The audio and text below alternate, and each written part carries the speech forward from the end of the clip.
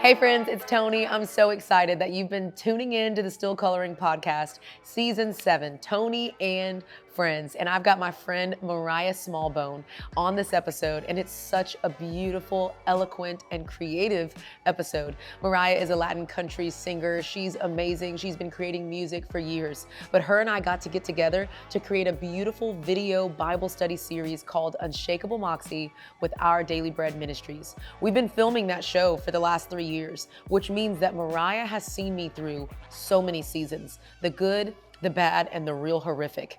And so I think it'd be real great if you leaned into this episode with me and Moriah to see what it looks like to create with freedom and to show up for a friend.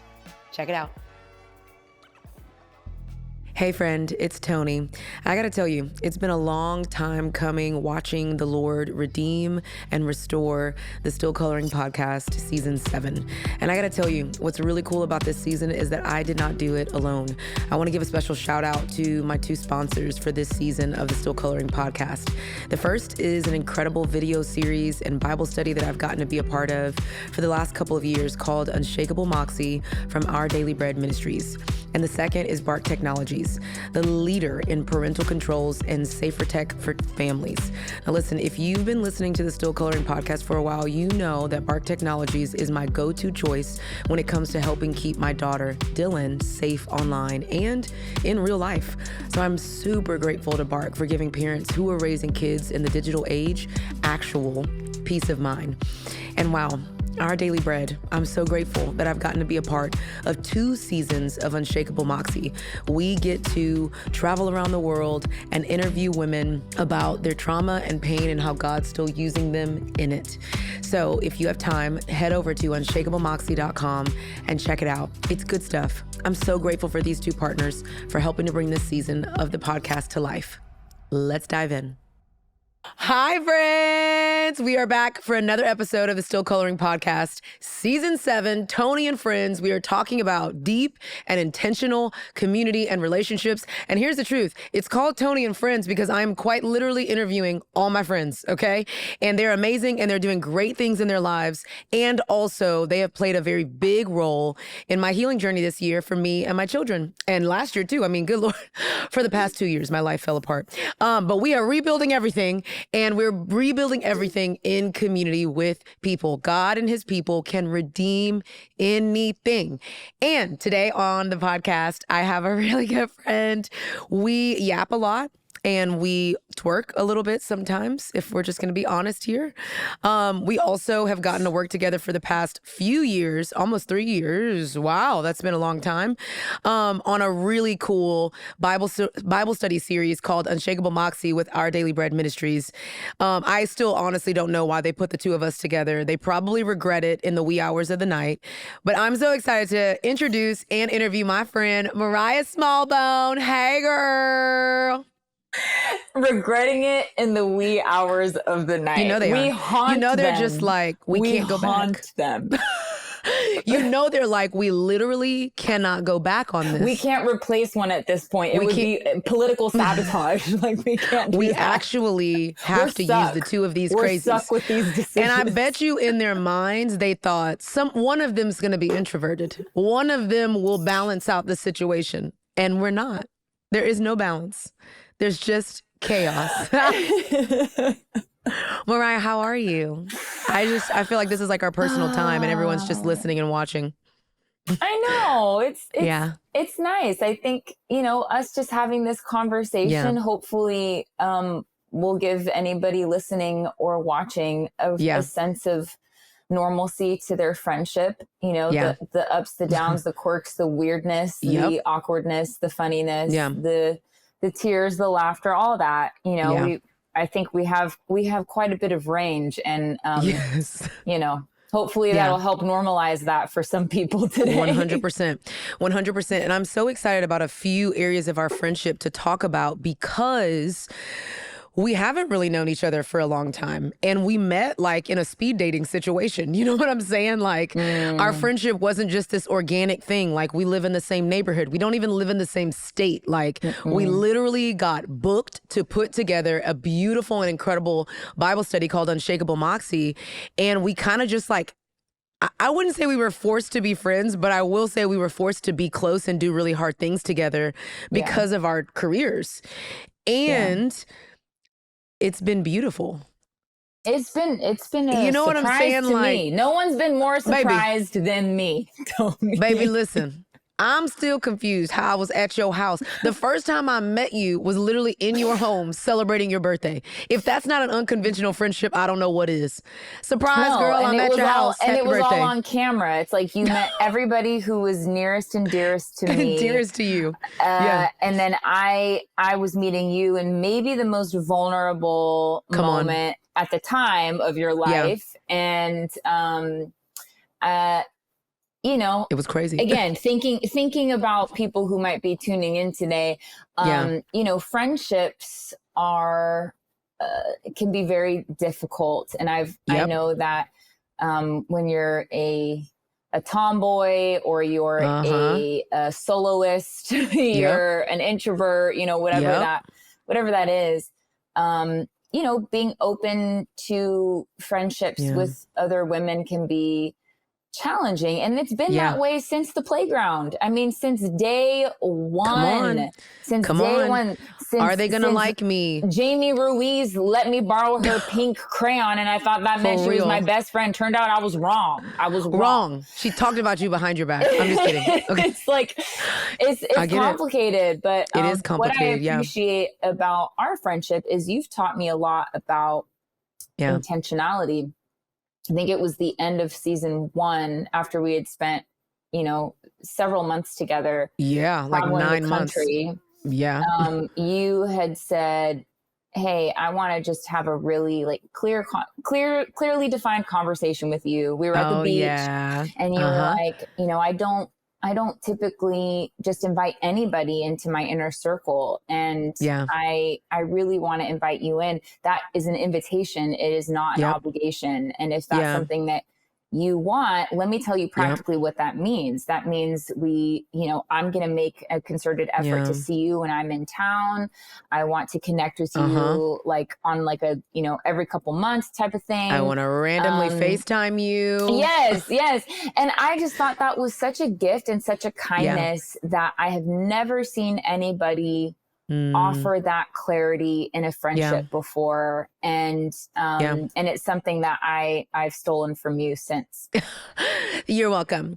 And I want to clarify for those of you listening and watching, like, I don't think we've done that before. Like, I don't think as millennials, any generation really have been really serious about friendship. Like, we do that in dating, even marriage. Like, the way we interface with people is like, I want to set some clear boundaries. I want to set some clear expectations when it comes to romantic relationships, but we don't really do that well in friendships and platonic friendships.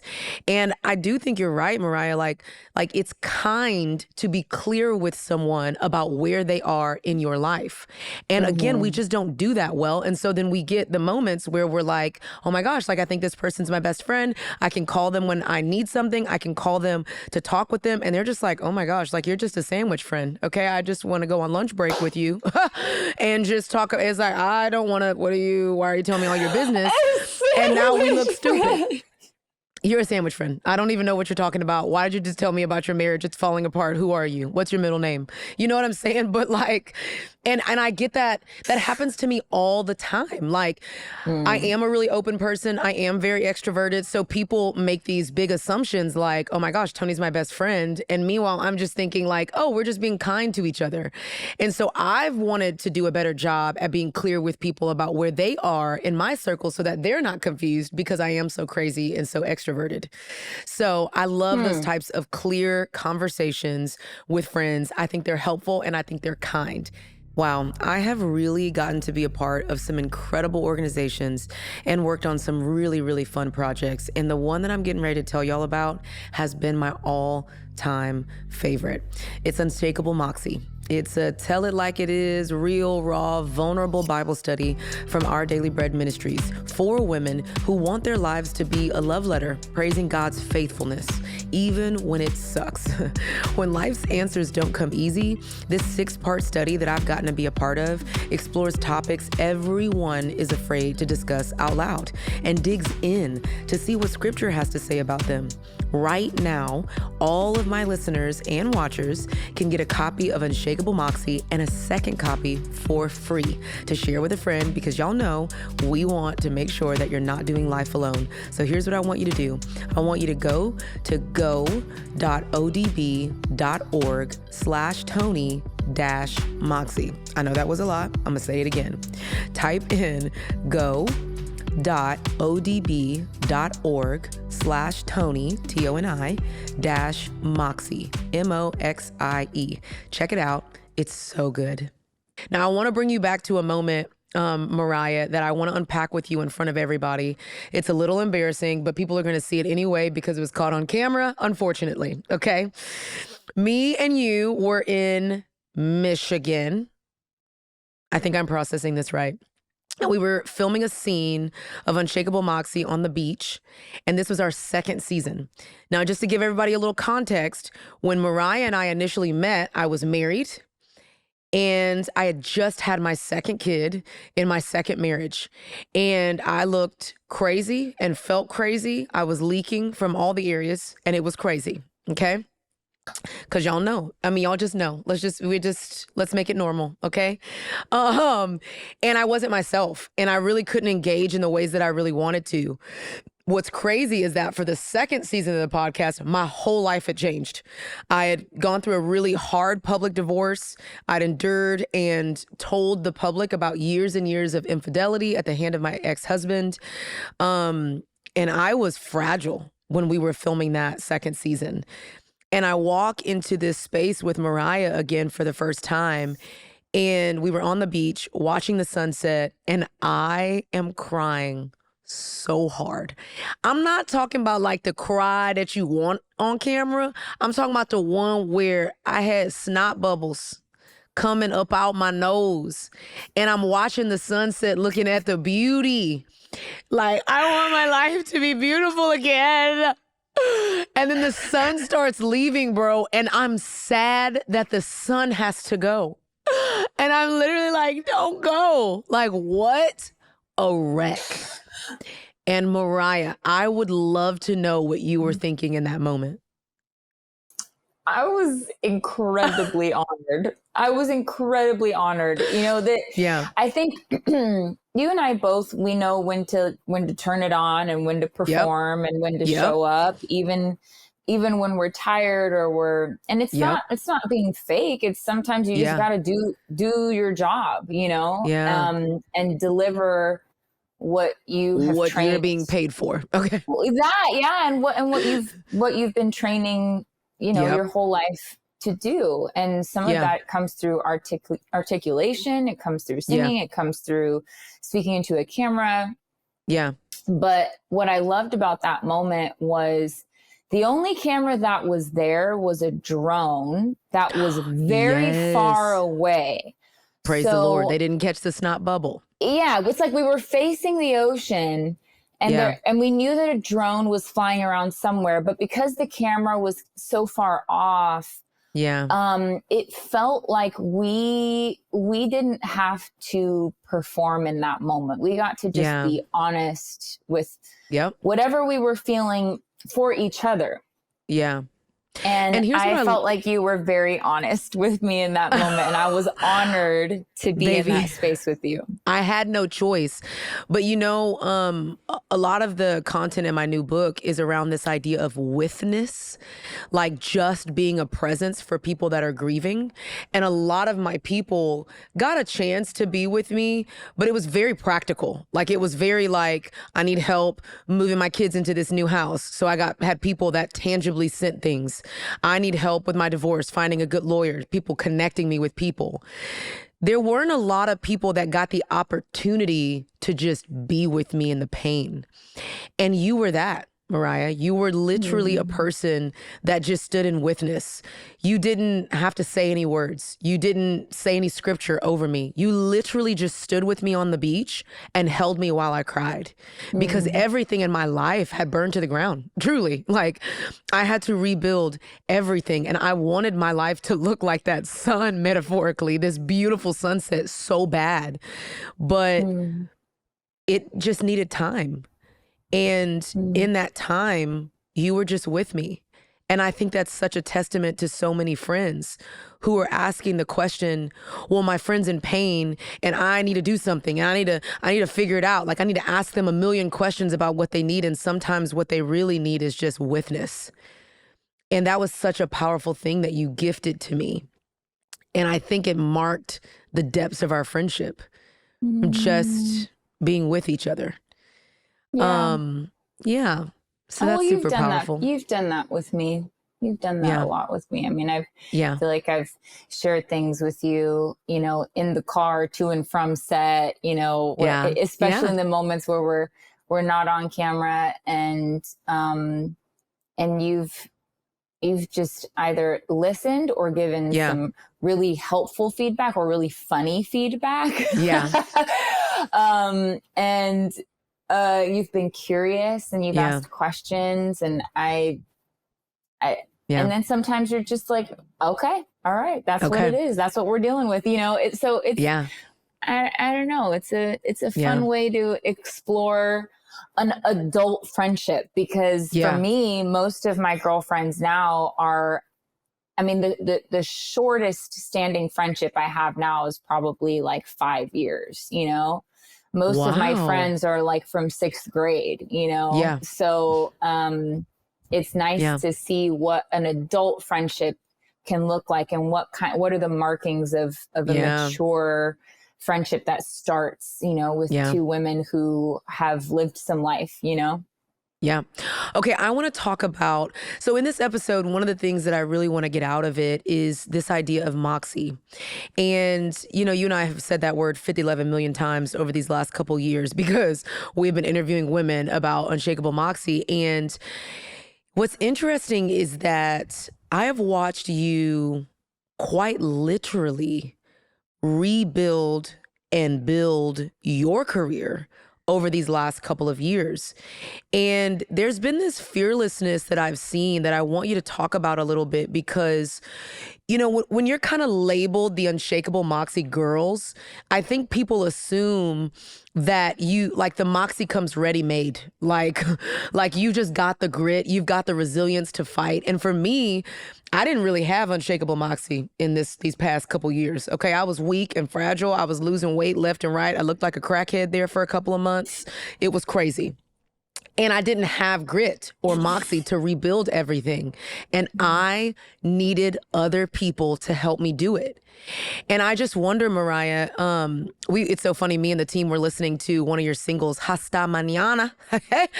Okay. The next step is Sombrero. I'm very excited. Anyways, you have some great music out right now as a Latin country artist, but that's not like been your career. That's not been the synthesis of your career. A lot has changed. You were in a girl band. You lived in California. You live in Nashville. You've been on tour. You've been rebuilding so many things. And I just wonder what that's been like for you, with people actually supporting you and having a team in place now, and what the difference is between trying to build a career yourself and trying to build it with the right people in the right time and the right team. Talk to us about it. Gosh, there's so many ways that we could break that down, right? Like just the metamorphosis of the last 10 years.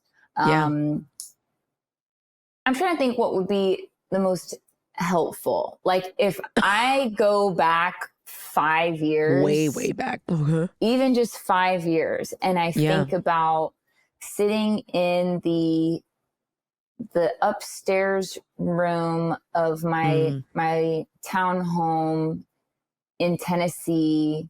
You know, it was very dark. We didn't get a lot of sunlight in that room, and the hours upon hours upon hours every day that I would spend working on my college degree or writing songs and engineering and producing them by myself, and like the only person that I had to share or celebrate an exciting lyric with was my husband. You know, like I didn't have a team. I didn't have management. I'd experienced at that point quite a few just disappointing relational stops and starts with labels, in like the Christian space. And, and I just was working really hard, and I was really trying to take this gift that I've been given and be faithful with it.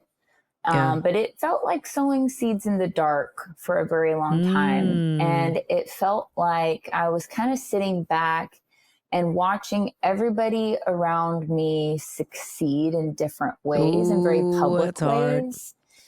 And the people that I was watching succeed were people that I really, really loved, you know, family and friends. And, you know, you live in Nashville, so you're kind of surrounded by like a lot of music creatives and artists. Yeah. And I remember going to like, you know, award shows that I really I was just a plus one. Still am a plus one at many of these events, but I'm kind of looking around and I'm sitting in these seats, and I'm watching all of these really successful people step out, say thank you, thank their teams, just be so joyful and so like just at this pinnacle of life that I just wasn't. And I didn't feel seen. I didn't feel celebrated. I didn't feel like I had a real sense of self or purpose. And I think in that time, I started to do a lot of untethering between success and the creative process. To me, they were always intertwined. You know, I signed to a record deal at 17. Like, I was getting weekly reports on streams and sales. I was, you know, every single month I could see, am I succeeding or am I failing? Am I making money back? Am I still in debt? Like, you know, and so it was always a numbers thing. And I really had to, in order to stay sane, I had to extrapolate what was valuable and what was pure about songwriting and creating from the process that I had created myself, which was a very messy, intertwined, you know, you write a song so that it can be listened to, so that it can go viral, so that, you know, all, like, what words are going to pop, what titles are going to like really grab people.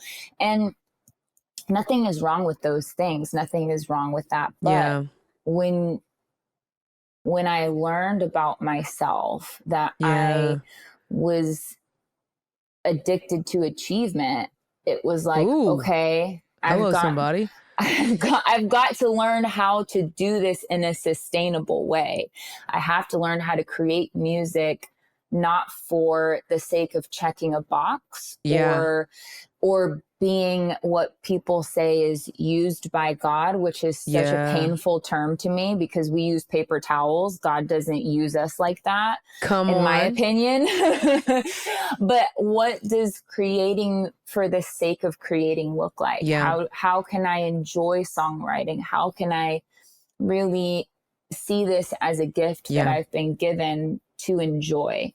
And to enjoy first and foremost with myself and with God and with the people that I care most about, and then to let it bleed out from there if it needs to. Yeah. Ever wonder how parents are handling that new rite of passage, giving their child their first phone? The best option isn't your old hand-me-down, let me just say that. It's the Bark phone, which is built specifically for kids. So what does a phone designed with child safety in mind look like? Well, first and foremost, parents can control almost every feature of the Bark phone. Want it to call or text only? You can do that. Want to disable all apps at bedtime? Not a problem. You can also manage features like whether they can use the camera or download apps. The Bark phone also comes with Bark's secret sauce, their advanced content monitoring. It'll scan their text, emails, saved photos and videos, and apps for signs of concerning content. You'll get an alert if anything's off, so you can check in and make sure everything's okay. And listen, y'all, these alerts can flag bullying language in texts or explicit images they may be sent, all the things you as a parent definitely want to know about. Bark will also let you block websites and apps so you can help protect your child from dangerous and inappropriate things on the internet. It is all about enabling your child to learn how to use technology more safely and in gradual steps with your supervision.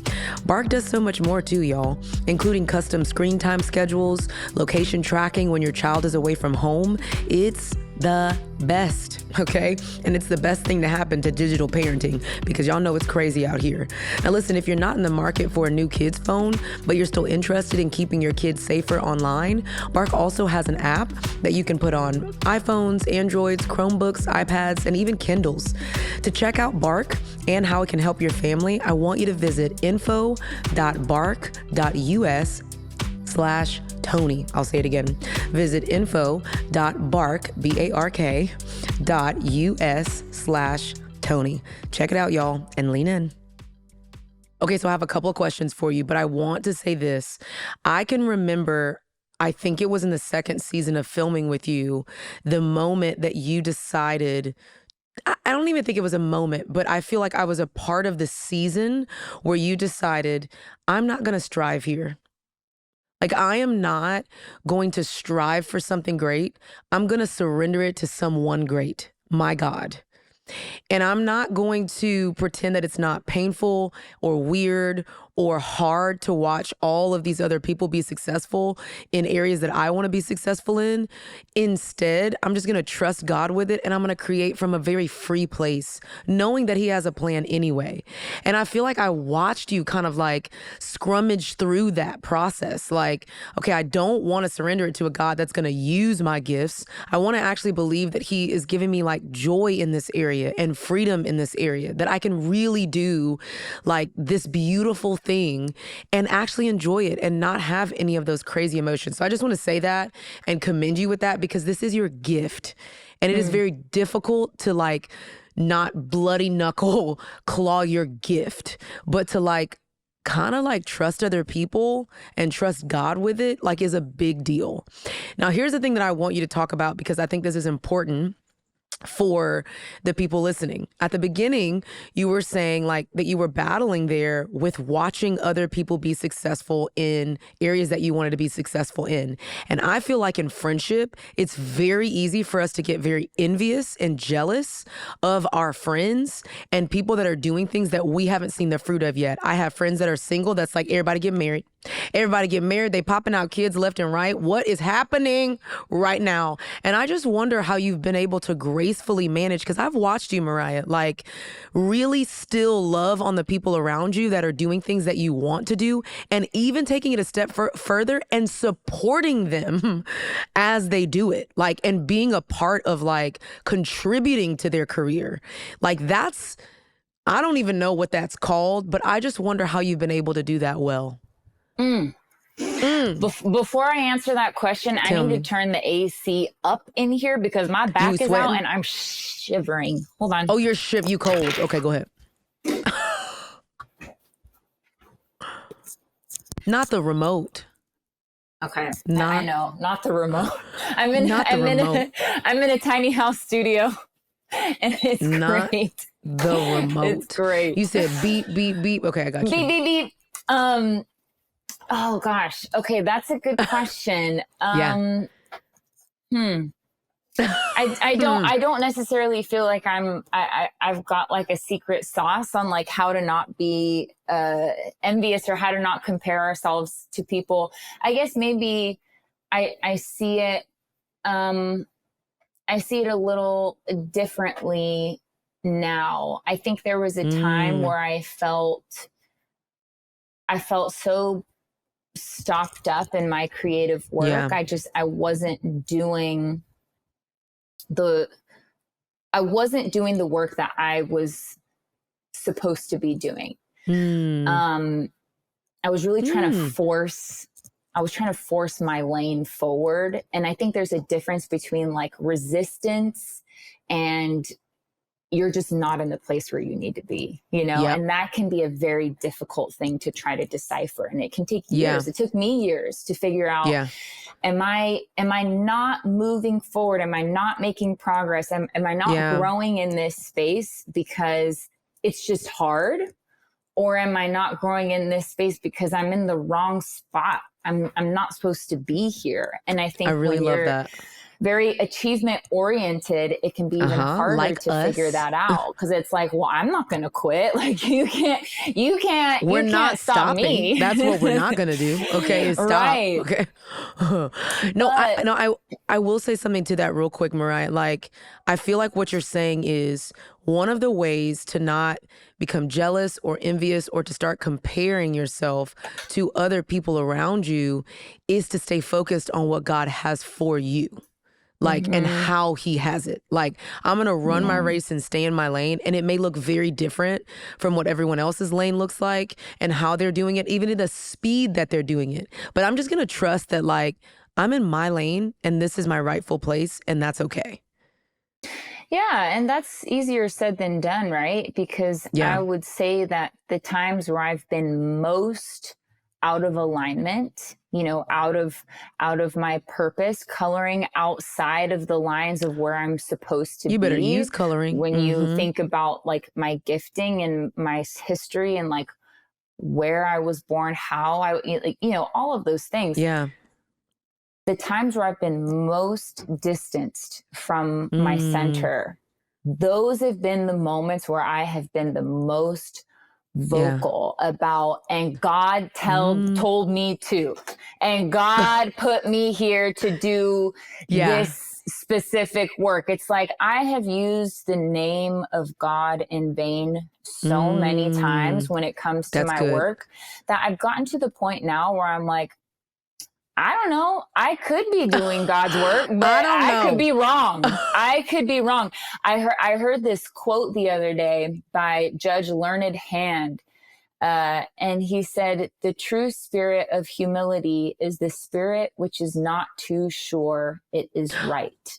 And that resonates so deeply with me because in the creative process, like if I don't have an openness to redirection, an openness to turning every no into a wow, then I get stuck. You know, it's like, because you get a lot of no's. You get a lot of, well, I don't like that song, or no, you can't play this festival, or no, you're not included, or whatever it is. You get a lot of no's. And if you allow those no's to mean you're not good enough, then you just, I would fall to pieces. I have fallen to pieces, but now I choose to see the word no as, wow, what does that mean? Like, so if that door is closed, then wow, I can't wait to see what other things are going to happen. And my life has been that, particularly in the last few years. Like, if it were not for the no's that I received a few years ago in the world that I was giving my all, then I would have never come back home to this place of going, what is it that I can talk about, sing about, write about that is just completely effortless. And it's just going to, it's all I have left to give. It's the reserves. Once you get to the reserves, I think that's where you find the good stuff. Okay. What's been the biggest difference for you from really giving your all to your career by yourself and now doing it with an amazing team? Because you talk about your team a lot. Like online, you're always kind of featuring people that you're working with that are supporting you, that are helping to bring your songs and visuals to life. What's been the biggest difference for you? Well, I think I had a very inflated opinion of myself a few years ago. Come on, somebody. I think I really felt like I was the hardest working. I had the best ideas. I, you know, I was at the front of the pack, and everyone else was falling behind. No one was working as hard as me. Nobody could do, was putting in as many hours as I was. Yep. And I think now I've stepped back to realize that it doesn't matter how great a song I write. It doesn't matter if, I've got any set of gifts or talents.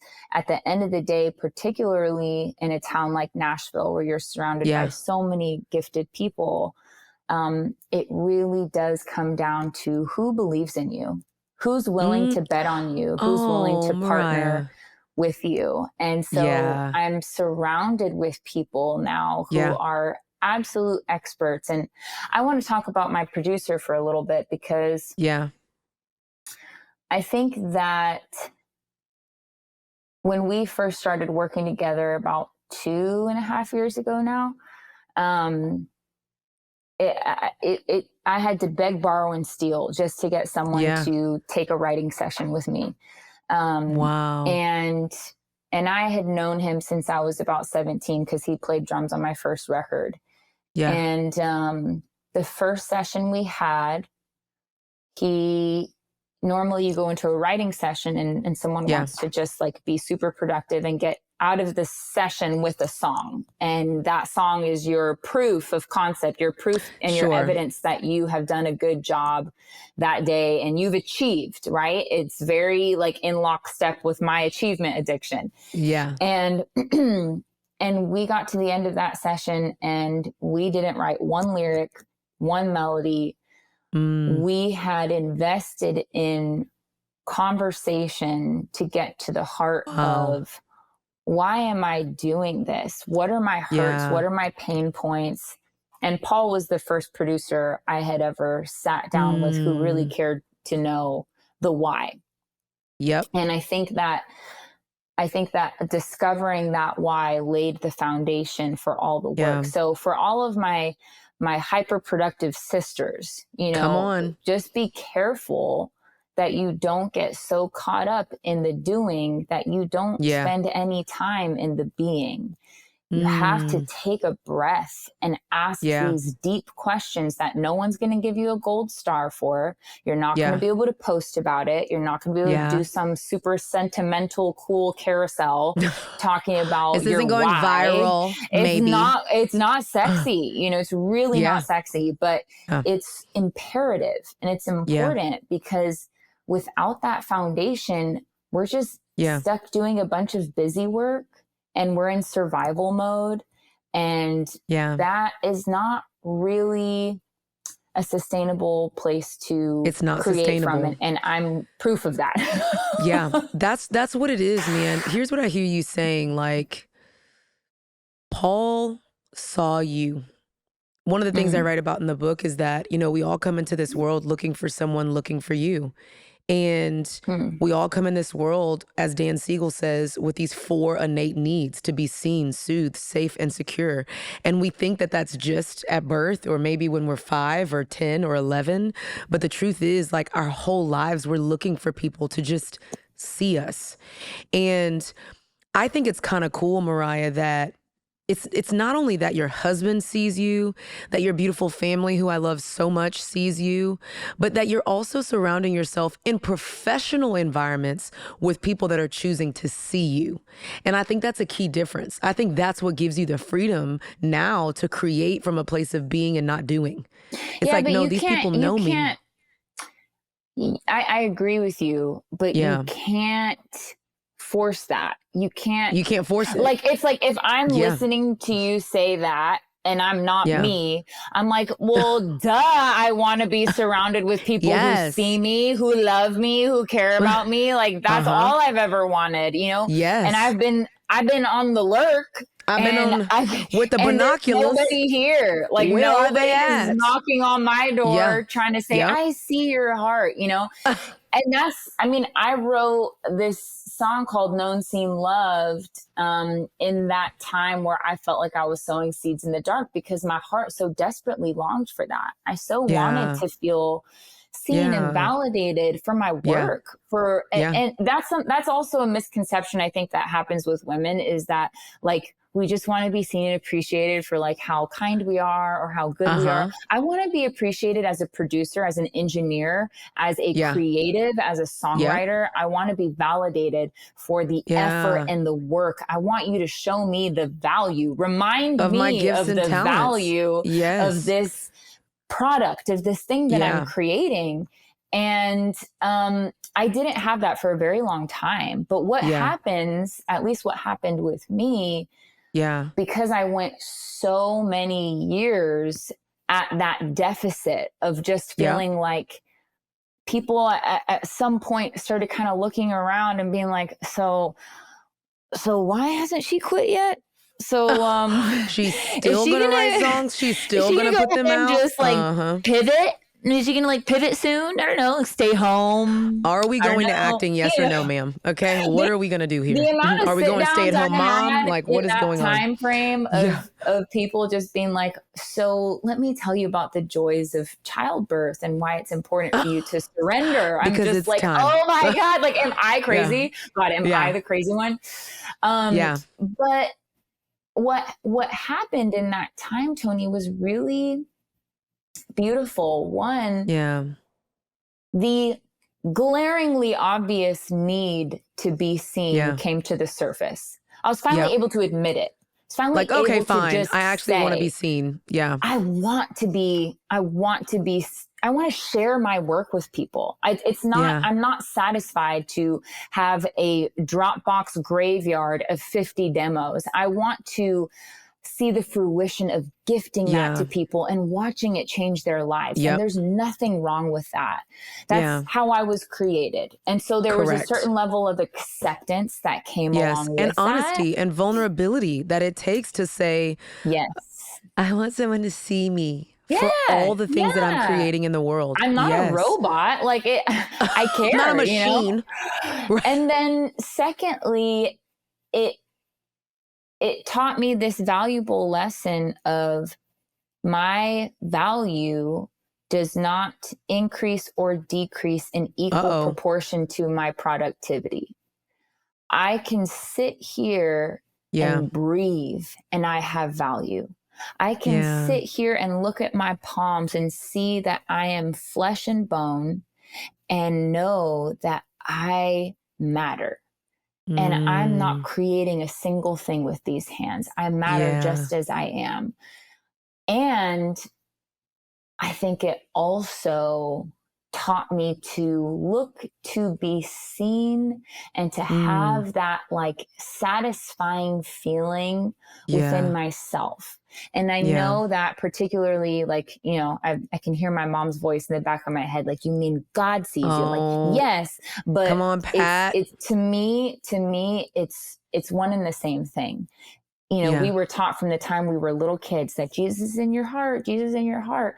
Yeah, I do believe that every person carries the mark of the divine, and not just the mark, but like the existence, the dwelling of the divine. So when the desires of the divine, take the time to look in the mirror and say, I see you, you matter, you are valuable, without any dollar signs next to your name, with your business in the red, like you matter. You matter. I love that, Moriah. That's a key. Those are key tools that I wouldn't have gained had I been celebrated by a bunch of people from day one. I love it. Here's what I feel like we're taking away from this episode, because I feel like this episode is going to be called like managing comparison, achievement, and then Unshakable Moxie probably. Because you do have to manage it. Yeah. And I think what we get to take away from this is you have to have already a confidence and a foundation in yourself to even know your desires, to be able to voice them for other people to meet those needs. And I think we don't get comfortable with ourselves. We don't actually say like, no, I myself need to make sure that I believe in me first. That yes, I'm affirming that God's put things on the inside of me, but I need to believe it for myself in order to have healthy relationships that affirm it for me. Because what we don't want is a codependency. What we don't want is to need outside voices to validate who we are. We want to be so sure that God's put this on the inside of us. I've got this. I'm valuable because of who I am and not what I can contribute. And from that place, I think we create healthy attachment with other people who reinforce that. And that's what I'm taking away from this episode.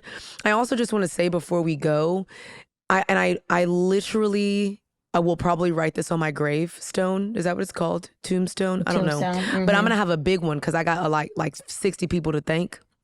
And I'm probably going to be cremated, so it's not going to really be me in the ground. But maybe we could write it on the urn. Anyways, that's a rabbit trail.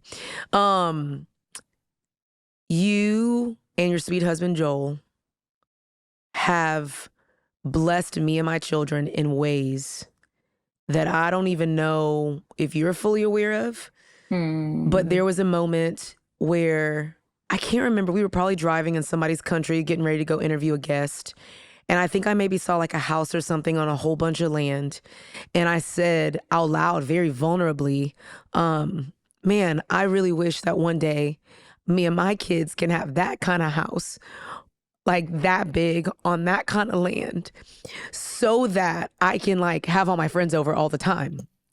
And I think that that desire has always been there, but it was really activated with all of the times that I got to stay with you guys and my kids got to stay at the house. It's like, man, I want to do that. I want to have enough space to do that for my community. And I remember you said to me, Toni, because the desire is there, it's going to happen. And it's not a desire that's like, I want a big old fancy house. It's really the hospitality that you felt like the Lord's going to honor. And that like changed me a little bit. Like in this specific area, I was like, I do think he'll honor it. We're not trying to have like fancy stuff out here for fancy stuff's sake. It's because we genuinely just want to be great hosts.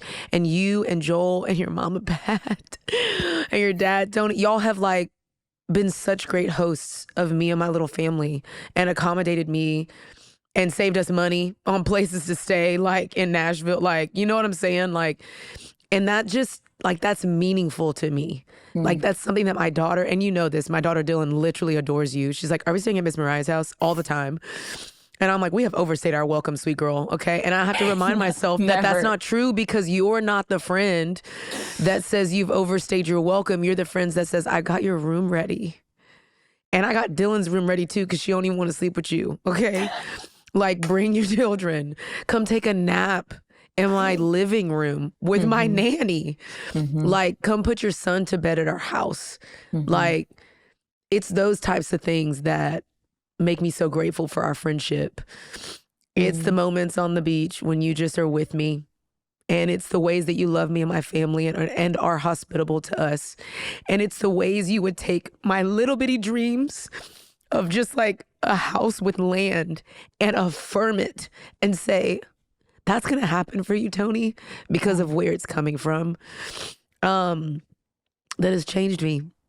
And I'm really, really grateful for you. I love you, Toni. I love you. And I believe the best is yet to come. Yeah. Oh, we're in Atlanta. There's a train. It's awesome. Just right in the middle. Break the ice. Leave us alone. And I just really appreciate your time, MŌRIAH. And I said this to you, I think the last time we were together on set. Like, it has been such a privilege to watch you fight for your dreams and to watch you create your voice from an authentic place and your music from a place that honors your culture and your story and your family and your grandma. I've loved to see the Lord redeem everything in your life. It's really cool.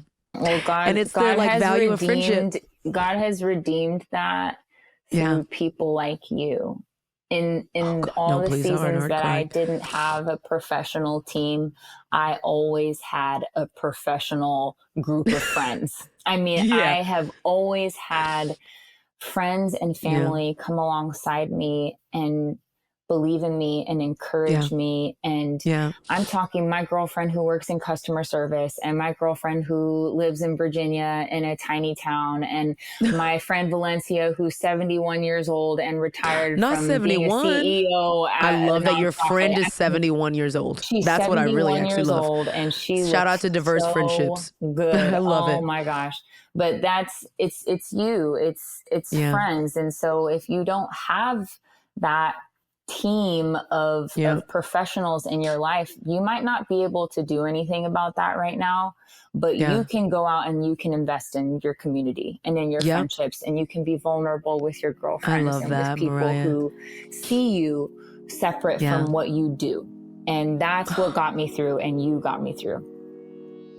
Look at us go. From strangers. Dang, I was going to say something clever, but it didn't come out because it's like, what even From rhymes with strangers to sisters. From strangers to sisters. I don't see nothing wrong. I don't know why that's saying. Okay, I should stop. MŌRIAH brings it out of me. I'm going to stop right now. Thank you for being on the Still Coloring podcast. I love you very much. Hey. I just want to thank you for listening to this episode of the Still Coloring podcast. We really did pour our whole heart into this season to make sure that you know that you're not alone, that you're worthy for friendship, and that you really do not have to build a life by yourself. So make sure that you do a couple of things from here. Check out my brand new book, Don't Try This Alone. Make sure that you're subscribed to my YouTube channel so every time we post a video, you'll get a notification. And make sure you're ready for the next episode of the Still Coloring podcast. Very last thing, I want to give a shout out to the entire team that put this together. Natalie, Gio, Michael, Shaquela, Amanda, my amazing assistant. We did it, y'all. And I'm so grateful that you got to be a part. Check out the next episode and make sure you keep leaning in.